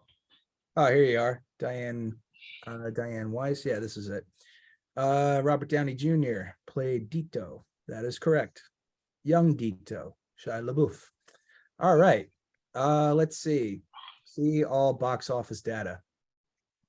So, it's not really giving me the budget. Filmmakers, images, details. Come on, man. Usually this is so much easier. It says here opening weekend, it only made 95 grand. Gross worldwide, it actually made a little over $2 million. Oh, okay. But it actually had, it did come out in 2006, and it did actually get into Sundance. Let's see all box office data. Usually, like right at the top, it says how much it costs to make, but it's just not right here. It's got it's got 71 70. Yeah, I assume this is 71 awards, or you'll find it on 71 plus Sundance Film Festival participants. So it got a lot of acceptances into the film festival circus. Oh, but check it out. 8 wins and 9 nominations. Wow. Won the Spirit Award, or nominated, I'm sorry. Actually, it won Teen Choice Award. Shia LaBeouf got them the win. The Guion International Film Festival, they got a win. National Board Review, they got an award as top independent film. 3rd place in the Critics Circle Awards. It won, actually, Sundance Film Festival, nominated, was the Grand Jury Prize as a drama. Actually, Dito, the writer-director, and a win for ensemble performance. Let's go. With Robert Downey Jr., Channing Tatum, Shia LaBeouf, Chaz Palminteri, Diane Weiss, and Rosario Dawson. But that's what I mean. This cast was very unique. And the Venice, it won Critics Week Award at Venice Film Festival in 2006. So you got a real champion film here. It just doesn't seem that, economically it did well at all. It just seems like it barely That's the film business, that's the film business. What appears on the surface is good doesn't necessarily, And that, I just say, like, so what? That's why that's a tough business, the film. That's why they kind of always are doing rehashes, because they want to guarantee that it might be a success again because there was a prior success. That's why you see these remakes over and over again, or even remakes of genre kind of films, They got reboots. Oh, actually, it's considered a crime drama. Well, that's interesting. I don't know about that, but I love crime drama, man. It's my favorite. I wouldn't call it a crime drama, anymore. I could call like the story of Rocky a boxing movie, because it's not a boxing movie, it's a drama, like this, I would say is a drama, just the way it was executed because of breaking the fourth wall, the flashbacks. That's what I mean. Like it's really non-specific. It's dramatic, no doubt, just I think honestly, it kind of set filmmaking into a pivot point on a very unique style of filmmaking altogether, you know. And unless you watch this film, you're not going to understand it. You're just not. You gotta watch it. And I can't, I think it should be a requirement, because this is a coming of age drama about a boy growing up in Astoria, Queens during the 1980s. As his friends end up dead on drugs or in prison, he comes to believe he has been saved from their fates by various so-called saints. So that's what I mean, though, and I guess this was basically Dito's way of paying homage to the best friends of his youth, because that's how he recognizes his saints, because they redirect. Now I get it. See, because the danger of like breaking that fourth wall is the whole idea that suspension of disbelief goes away. But since it's a movie about saints, there's a plausible thing where every time he breaks character or goes that fourth wall, it had something to do with him communicating with a saint or going spiritual or something. And that could work in the film. Because if you have a film where just somebody just goes out of character, turns into a thing and says something, the whole idea of the mystique or the suspension of disbelief goes with it too. But this was woven into the script. So it almost makes sense that they did that, because they can't communicate with the saint in the film world. They have to go out of it, correct? Well, they did it in both ways, because that's where Robert Downey Jr.'s version of Dito brought us into present day of where all these guys are at. And literally, like the movie, I think if I remember correctly, it opens up with Robert Downey Jr., or at least Robert Downey Jr.'s first scene, where he's actually, as an author, talking to the audience about his book, doing the tour thing. And it makes him go back down memory lane a little bit. And then he has to actually finally, after many, many years and after some recognized success, he has to go back home. And the biggest thing, which is where Chaz comes in and just like hits a grand slam on every single syllable the guy said. It was awesome. He had such a bad falling out with his father, and it was such a heartbreaking thing for himself as well as his dad, that he left the way he did, because they were the world to one another, and that's where Robert Downey Jr. as Dito literally had to come in and kind of be the son now, because his father was sick enough to the point where he had to be involved. He had to be present. And that was the one thing that has been very challenging for him, because, he couldn't be around it. It was crushing him on the inside. It was killing him, which is why literally the kid ended up really committing suicide, where it came off as a prank, getting hit by the train. No, it was deliberate. Same story, different version. And that's where all these characters, literally, especially in Astoria, they all have the same story, but different version, I guess, to a certain extent, without that form of so that's the inciting incident when he has suicide? The inciting incident that brings up, literally, that was sort of like the closing of a chapter of that character, because he wasn't so much a comic. Gotcha. So these are deep nets of people's lives that he knew growing up. But since he's away, now he comes back to confront the ghosts of them, or to confront the memories of the past of them, because they're all gone. They're either in jail or they on died. Drugs.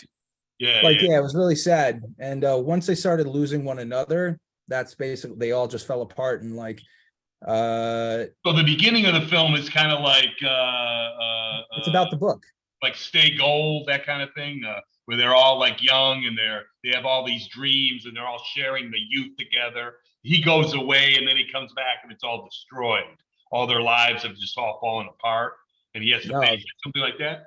No, not at all. I mean, yes and no, but their lives were already because it was at the point where like Dito's world was kind of crumbling around him. He ran for his life because like a really good friend of his from school, spoiler alert, he ends up getting killed right in front of him. Literally like one of his dearest friends, the guy, the alpha, like Channing Tatum's character, who literally had only one job, and that was literally to kind of like protect everybody, and he took it very personally. If somebody would hurt any one of his good friends, he would go absolute, like that was his whole existence, was being that guy to be the protector of the group, because if he failed at that, he couldn't live with himself, and then he just like imploded or would be driven to the point of madness, which is what got him ending up in jail. But even that form of identity was like, really like really beautiful in a way, because again, like a man would actually go to that level of commitment to protect his brothers, but it was driven by more than just the love he had for his friends, because he didn't recognize it as love at all, because he never received it from his own dad.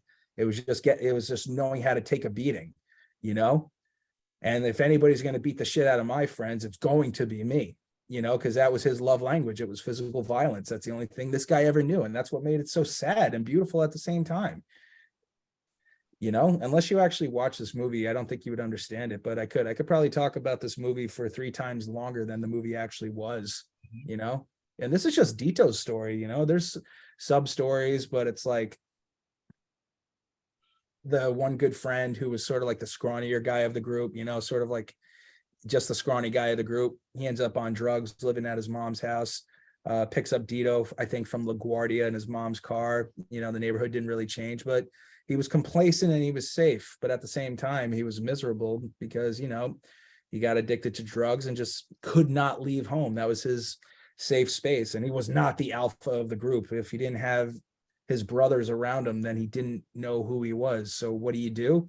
You turn to drugs. And that's what happens here in Astoria, unfortunately. The one kid who would watch his brother get the shit kicked out of him, and he couldn't do anything about him or even try to protect him, because he knows he'll actually get the shit kicked out of him because of my big brother's getting his ass whooped. And he grows up terrified. Of course he's going to be an alcoholic. Of course he's going to do bare naked stunts on rooftops. Of course he's going to be the guy that just doesn't know what to do because he can't like express his masculinity into a positive direction, because he doesn't know what it actually is. He didn't see it. But that's so common in Astoria, and it made perfect sense. And then there's a breath of hope where, a spark of interest, a love interest, where Dito comes out, where he does make a friend, where he just starts talking and opening up, where he thinks, why don't I give music a try? Why not? Nothing really is stopping him from trying other than just deciding to. So that was his escape, literally. And he ended up running for his life. He just took off. But his dad took that very personally, because Dito's father, I guess in the movie especially, was that man's reason for living. Why, or else he would have jumped in front of a train if he didn't have a son.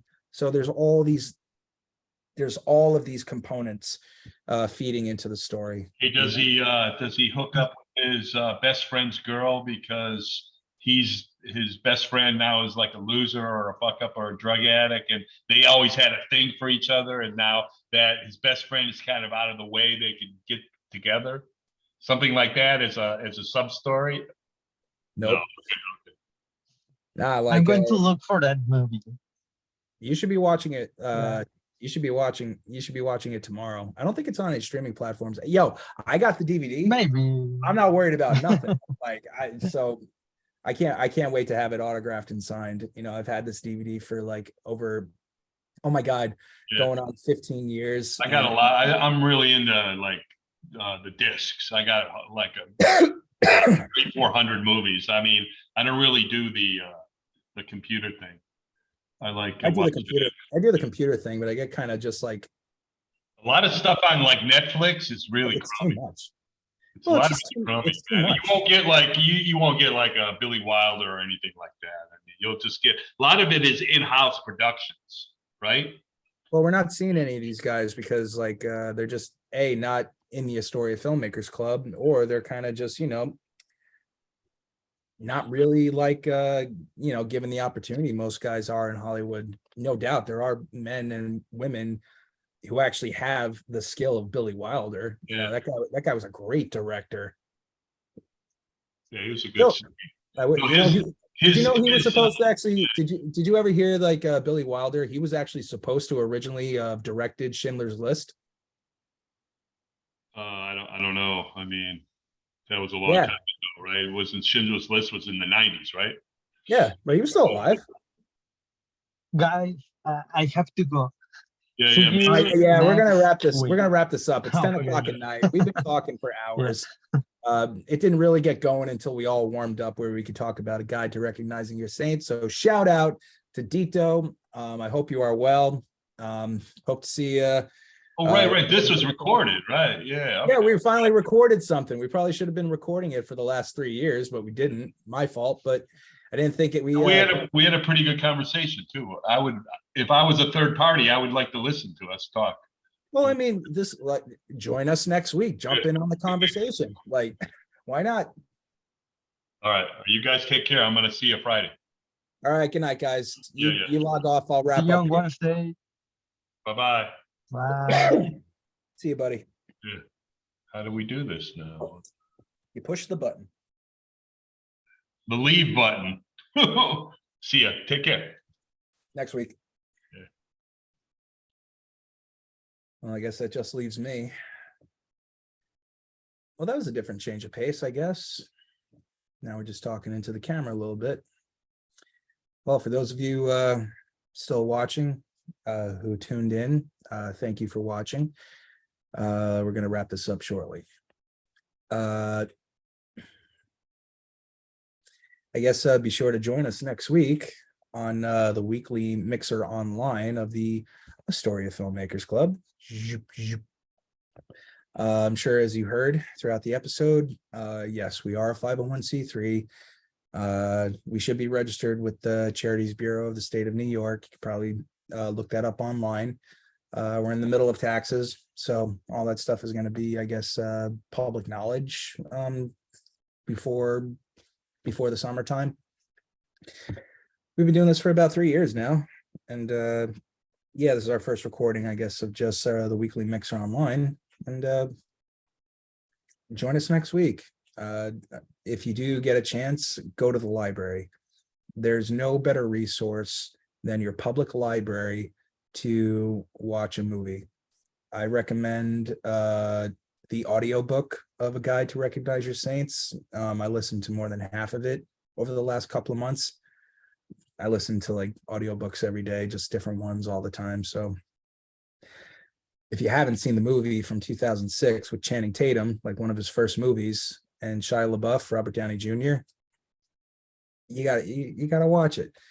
If you are interested in joining the Astoria Filmmakers Club, you could actually go to Facebook, go to Astoria Filmmakers Club private group page, fill out some of the information.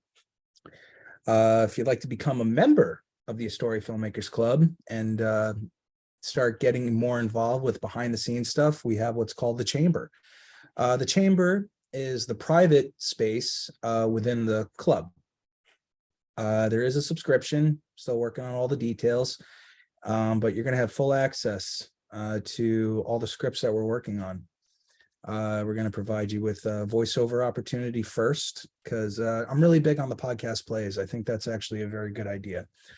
You could always add that to your reel. We're going to have a whole new medium on your resume called the podcast play. You got theater, you got opera, you got TV, you got film, podcast play. And as a member, we only work with Astoria Filmmakers Club members. If paying for a membership is not something you're prepared to do right now, just get involved. If you volunteer, especially for your first project, your first year membership is free. All right, that's our gift. That's my gift to you, because I've worked free my entire life for the most part. I've been in the business for, I guess, 15 years or an actor for 15 years. No real claim to fame, but I don't know. I enjoy this. And I do. I'm trying to create a tool that I needed the day before I started. Because the day after I'm done with education, I should have been involved in a group exactly like this, because it's not about what you know, it's about who you know. As you already know. But that's pretty much it. I'm going to release this tonight. Be sure to save our phone number if you haven't already. It's actually 646-681-2810. If you text AFC to 646-681-2810, a link is going to come directly to your phone. That's our hotline. And we usually have different codes. Right now, you could text AFC, you could text green, and you're going to see direct events or campaigns that we're currently working on that or focusing on. Green is our St. Patrick's Day bar crawl. You're more than welcome to participate. Got a lot of cool prizes, and all the money is going to go directly to the AFC, which in turn is going to come back to you with friends tenfold, pressed down, shaken together. Church stuff. And of course, visit www.astoriafilmmakers.org. Share it with your friends. The best thing that you could do for the Astoria Filmmakers Club, guys, is just share it with your peers. We do rely heavily on donations worldwide. If you do click on AFC, you could actually share to actually have your friends donate to the club, because I don't need your money, but I do need theirs. You know what I mean? So there is a tool where you could actually raise a certain amount, say $500 or even $100. You would actually create your own campaign customized on the AFC page, and you'd be raising money on behalf of the club. And everybody in the club is going to know that you did that, and that how much value you provided for the organization, which is going to go a long way, you know, especially if you're somebody who could actually raise money for a producer. They're going to want to work with you, me especially. But no, I put a lot of blood, sweat, and tears into this club, you know, and we've come so far. You know, we really have, and you know, God is good. I'm not surprised. I'm just surprised that I got to be a part of it, you know. Well, it's currently almost 10:15. We started closer to 7. Thank you for tuning in. I'll release this on YouTube, and probably have, I guess, a podcast channel just for this. Nah, you know, it's just YouTube. Don't need anything else.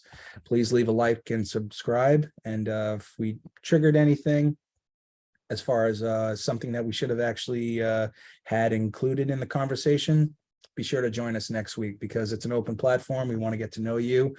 I'm sure you want to get to know all of us. We got over 800 people on the private Facebook group. We got over 1,000 on Instagram. We got about 40 people in the private chamber, where you're going to be starting to work with people one-on-one. We're doing readings of scripts on Sundays, and we're going to start publishing podcasts very soon. We are looking for writers, always looking for content. We got some original content that we're going to need producers and writers for, and researchers. We got a lot of cool things that only you'll be able to find inside the chamber. But, you know, just be respectful of the club members, because they don't want to be in public knowledge, you know, it's eyes only. So if you see something inside the AFC, that's only for you to know, and the people who know already. Don't share it unless you want to bring people in. Because I think the Astoria Filmmakers Club is going to help a lot of people in their journey in the arts as a career. It's always just a matter of time, but this is a tool that hopefully will just decrease the duration of how long it might take, you know? So like I said, this is something,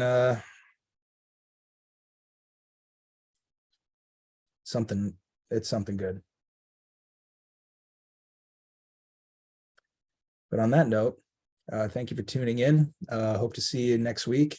And I like to end everything now with a certain, I guess, with a certain saying, quote. It's not a quote, but I don't know. All right, we're gonna wrap up. Thank you for tuning in. Hope to meet you all next week.